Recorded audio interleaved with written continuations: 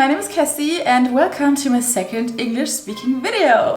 It's still so weird to me, but I'm really glad you liked the first video, so here's my second. And today I'm gonna show you 3 really cool upcycling DIYs because I think and I hope it's a very important topic to all of us. And there are probably a bunch of things around your house that you can use to upcycle, to make something cool, new out of some old shit you have laying around. And that's what I'm gonna show you today. So enjoy the video, leave a thumbs up if you liked it, and don't forget to subscribe for more videos. So yeah, let's hop into the video, have fun, and let's go!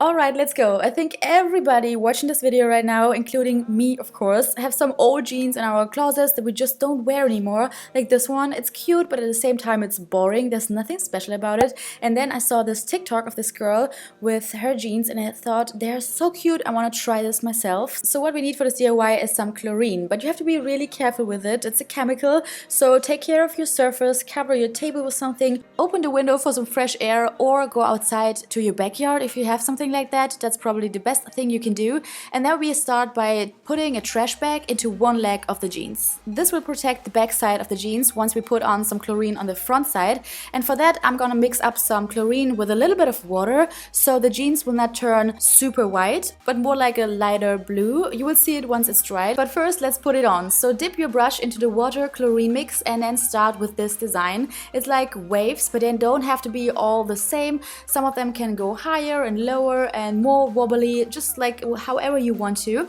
I only did one side to my leg because I thought it's a cute design, but of course you can do both. When I was done, I put my jeans outside into the sun so the chlorine can work its magic even faster and bleach my jeans. And once that was dried, I turned the jeans around to continue with the back side. For a really cool spiral effect, you gotta check where the front waves end and then connect them on the back side. So it's like one big wavy line going down your leg.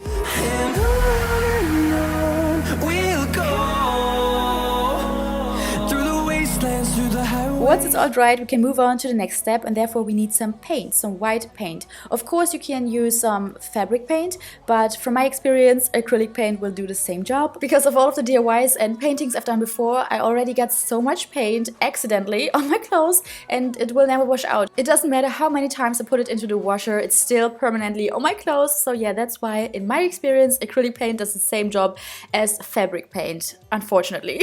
Anyways, let's get back to the DIY and we're almost finished. You just need a thin brush and then you're gonna put on the fabric paint or your paint, whatever you're using, onto the lines we did before. Just trace them and center the paint in the middle and then you get this glowing effect. And that's why we used some water earlier into our mix, because now we have this lighter white from the chlorine and a bright white from the paint, and this is how it's gonna turn out once you're done.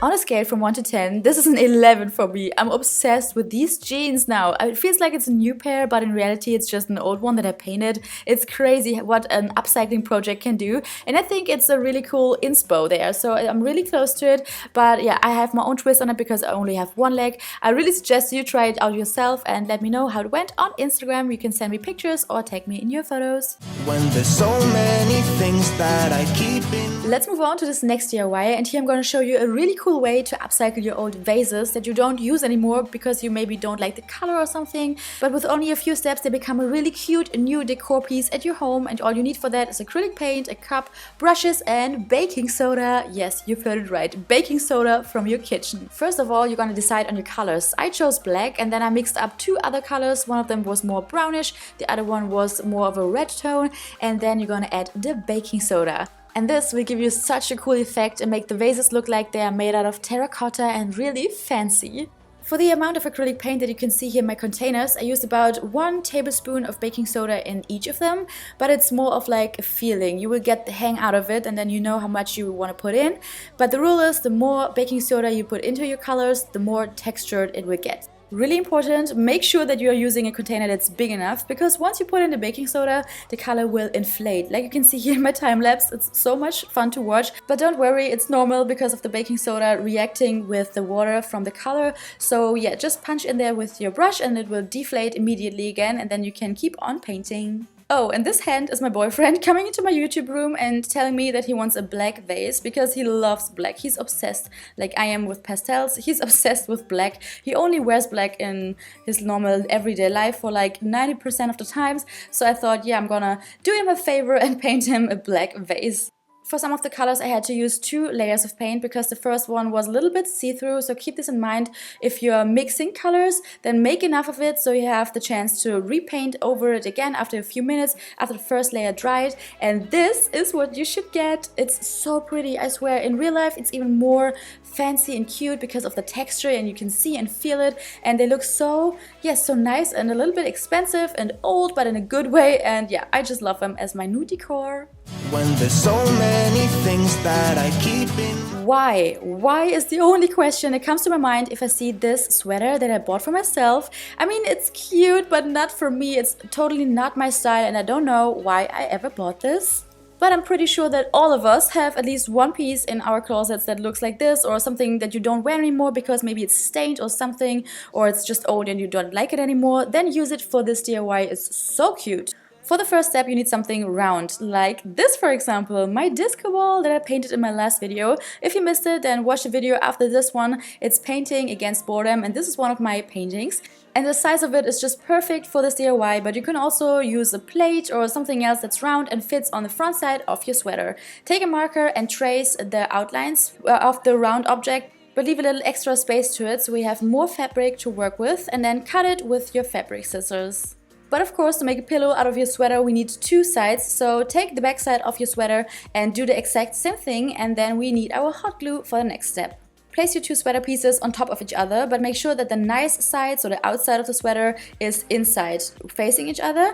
And then put a little hot glue on there, but be really careful because I burned myself so freaking bad here in this clip. It hurts so much, oh my gosh. But it's not the first time. I'm really used to it because I use hot glue in almost every video, and sometimes I get burned. But oh well, I'm here to make the mistakes for you so you don't have to repeat them. So yeah, take for example your scissors and then seal the 2 pieces together with the hot glue in the middle. Continue doing this all around the circle, but leave a little space at the end. So there's like this little hole that we need to now take the pillow inside out. So push all the fabric through this hole, and then you have the nice side of the sweater outside again. And this is our pillow that we're gonna stuff up with some cotton. Is it cotton? Yes, it is. It's cotton. I just looked it up on Google Translate. I'm sorry, but sometimes I don't know all of the words in English. I got this package here from my mom, and she told me it's a really old one, but there's a baby on it, so I don't know if it's from when I was a baby or if it's just the print of it. But anyways, it's a really old one, so it's perfect for this upcycling DIY. And you're gonna take your cotton and put it through your hole into your pillow until it's nice and stuffed and fluffy. We're almost done, only 2 more steps and then the DIY is finished. The first one of them is closing the hole with hot glue again, but of course you can also take fabric glue if you want to. Now that the pillow is closed, we can move on and decorate it. I used pom-poms for this. Of course you can look up some tutorials on how to do your own pom-poms. It's really easy and super simple, but I had these laying around in my room, so I thought I'm gonna use them for this DIY because they're perfect. I also love the colors of them because the pillow itself is white, and then those colorful pom-poms, I thought it's a perfect match, so I placed them all around the edge of the pillow, and this is how it turned out. I'm sure nobody of my guests will ever notice that this was my sweater before, so I thought it's a perfect DIY, the perfect upcycling project you should try yourself to make your dog, for example, comfortable, or just to decorate your couch. I remember you left my spirit with you high as all. Let me know in the comments which DIY you like most. I think my favorite is the sweater because hey, because the pillow is really cute in my background. Don't you like it? I think she's too hot. I think she likes it. If you watched the video until here, then leave this emoji in the comments. I would really appreciate it. It helps me out so much. And don't forget to subscribe because we will see us in my next video. So yeah, take care and goodbye.